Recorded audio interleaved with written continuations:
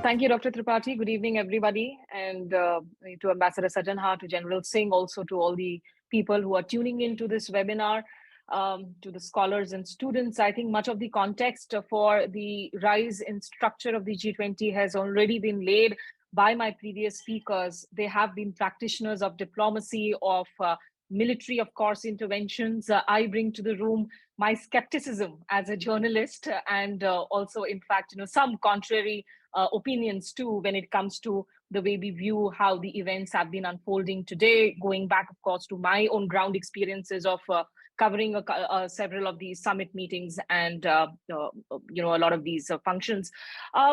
Just to add to the context, what Mr. Manoj Singh said, Ambassador Sajanhar said, to the younger students, when we talk about G20, what is it that we are really looking at? We are looking at the G7, seven developed industrialized economies within these 20 nations forum. We are looking at 12 developing economies, including BRICS. We are looking at EU, which alone again has 27 member states. So there's basically powerful countries that are representative of each continent, which is why it increases the expectations from this forum that is it our best possible solution for a global economic governance. Now, Ambassador Sajanha referred to the 90s when the foundation was being laid, but I think G20, well, what we saw in 2007 and 8 during the financial crisis, the way there was public fiscal packages, stimulus that were added, there were major contributions from US and China, not to forget India's own resilient role in that global financial crisis that earned the then Indian government led by Prime Minister Manmohan Singh a whole lot of praise. So that was the one period where we really saw G20 kind of coming through to people's expectations and being able to make sure that the world could come out of the dark shadows of the financial crisis. But is it still the same? I think when I ask that question, we have to keep in mind the situation that we are looking at today. The world estimates suggest that up to 95 million people are facing extreme poverty because of the troika of the pandemic, also the Russia-Ukraine war, the rising inflation. We have seen the kind of situation that unleashed in Sri Lanka. Of course, a lot of it was internally triggered, but also a lot of it driven by the global economic crisis in the wake of a pandemic. The supply side, in fact, falls. The supply side crisis when it comes to the supply chains of grains or staple cereals, oil seeds. These are the global inflation, which has been rising to 6.5%, 6.7% and above. And these circumstances are not going to change anytime soon. We have several developed economies also that are constantly sounding the alarm bell on the impending financial crisis and the doom. The big tech sectors, we are seeing layoffs across the world happen. We saw it in Twitter, we saw it in Meta, from Amazon to other companies too, these layoffs are happening. So as a global economic body, which is deeply polarized today politically, the Bali summit, we couldn't see a family photo. Vladimir Putin was not in the room. Lavrov was representing him. Also, of course, Zelensky addressing there through his video remarks. In this kind of a situation, when we are talking, the tacit assumption that the shared interests will basically outweigh the political divides. That is going to be a key challenge for India as it takes over this presidency and rolls out all these events. Ambassador Sajanhar mentioned there, of course, the series of meetings happening across 50 to 55 locations. We are told from the Run of Kutch hosting a tourism sector meeting to also some meetings, according to sources, being planned, maybe in Srinagar too, the Andamans meeting ongoing. Can India kind of be that engine that can help bring together the G20? Beyond, of course, the logo, beyond what is being said through the logo, because India too has its own equations which are problematic today. And if you look at the way the G20 structures have changed, the divisions between the haves and the have-nots, the elites and the developing economies, if those horizontals have deepened, you also have the verticals between the institutions. You have a G7 versus the BRICS, you have a Quad versus the SCO, you have the US versus the China. And then, of course, India's own deep differences, because in all of India's leadership position today on the global stage, its own domestic situation and its differences and its tensions and standoff, not just on the east, on the on the west, on the LOC, but also what we have been seeing play out in the LSE with China. The LSE has turned into an active sort of an LOC at the moment. These are going to cast a shadow in India's ability as well. And India will have to find ways, because I was in Samarkand for the SCO summit meeting, and we saw the kind of chemistry that was there in the room between Prime Minister Modi and President Xi Jinping. Of course, it changed slightly during the Bali summit. We saw that handshake happen during the dinner.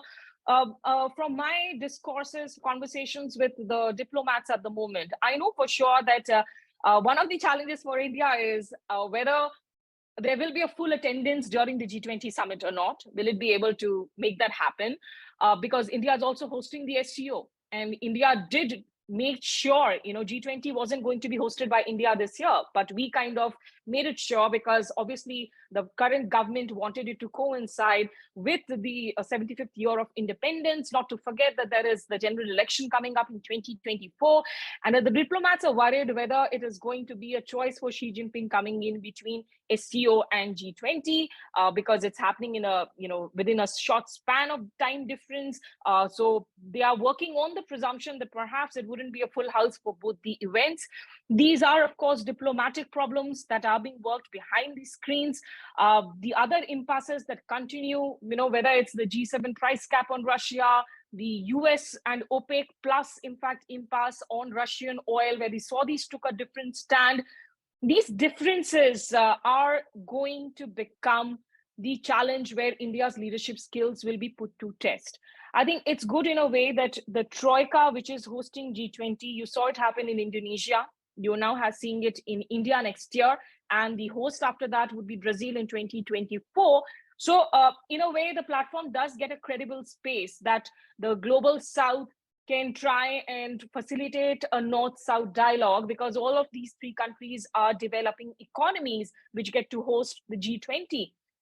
And India having identified 5 priority issues, growth and prosperity, there is resilient global value chains, there is logistics, and the WTO reforms, which again remains one of the thorniest areas today, where walking the talk will be very, very challenging.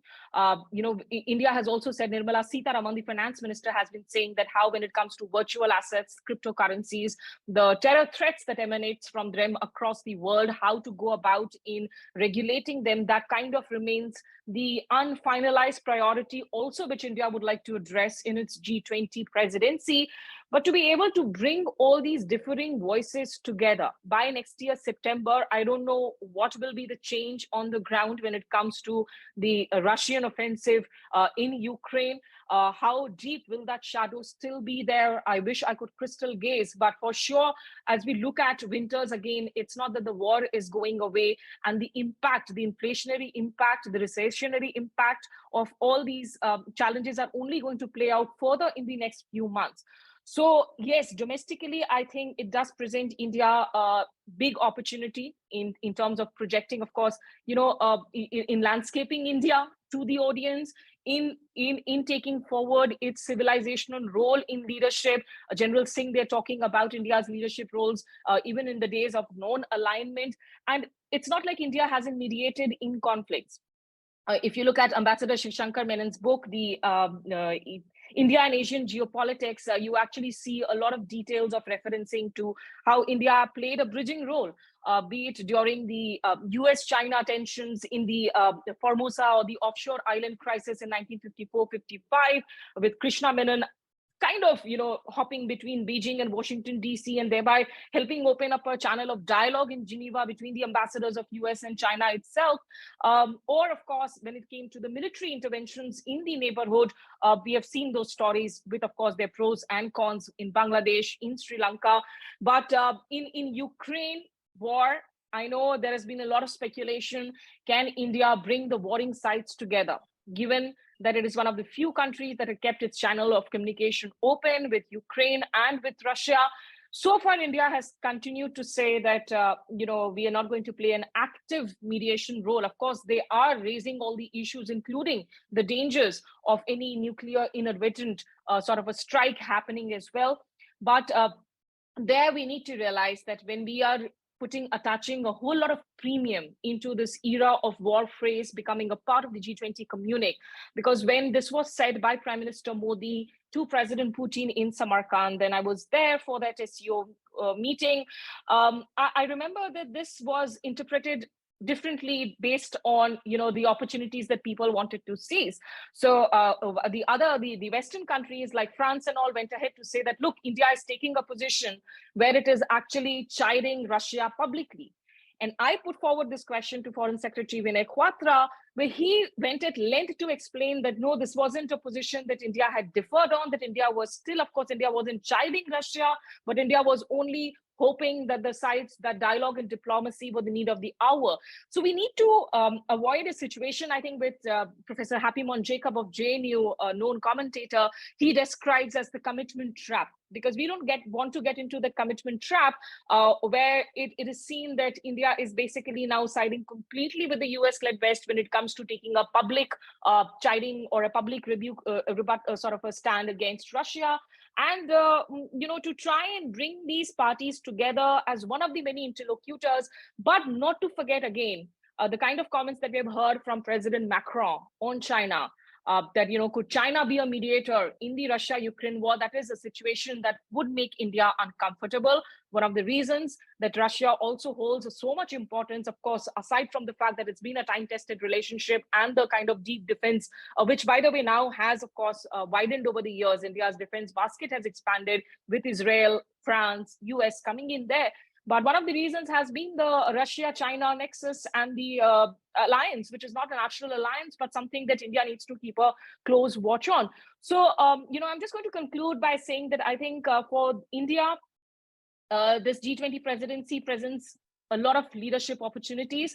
I do hope and wish that it is not used. I know that the current party is a party which is sui generis when it comes to elections, when it comes to election machineries, somehow trying to tie international leadership events with domestic political rhetoric, in my personal opinion, is not something that should be advised on the international forums, because when you try and bring in the symbolisms too much, connecting it to the 2024 general elections too, it could have its own slippery slopes as well. But how it manages to get in its own differences with China in place, give it that breathing space without actually ceding significant territory, position, or power, to try and ensure that the attendance in the room happens and India can push forward for reforms, be it on WTO, be it on supply chains, on sustainability, more importantly, on climate resilience. I think these are the key things that we will have to keep a watch on. I'll end it there.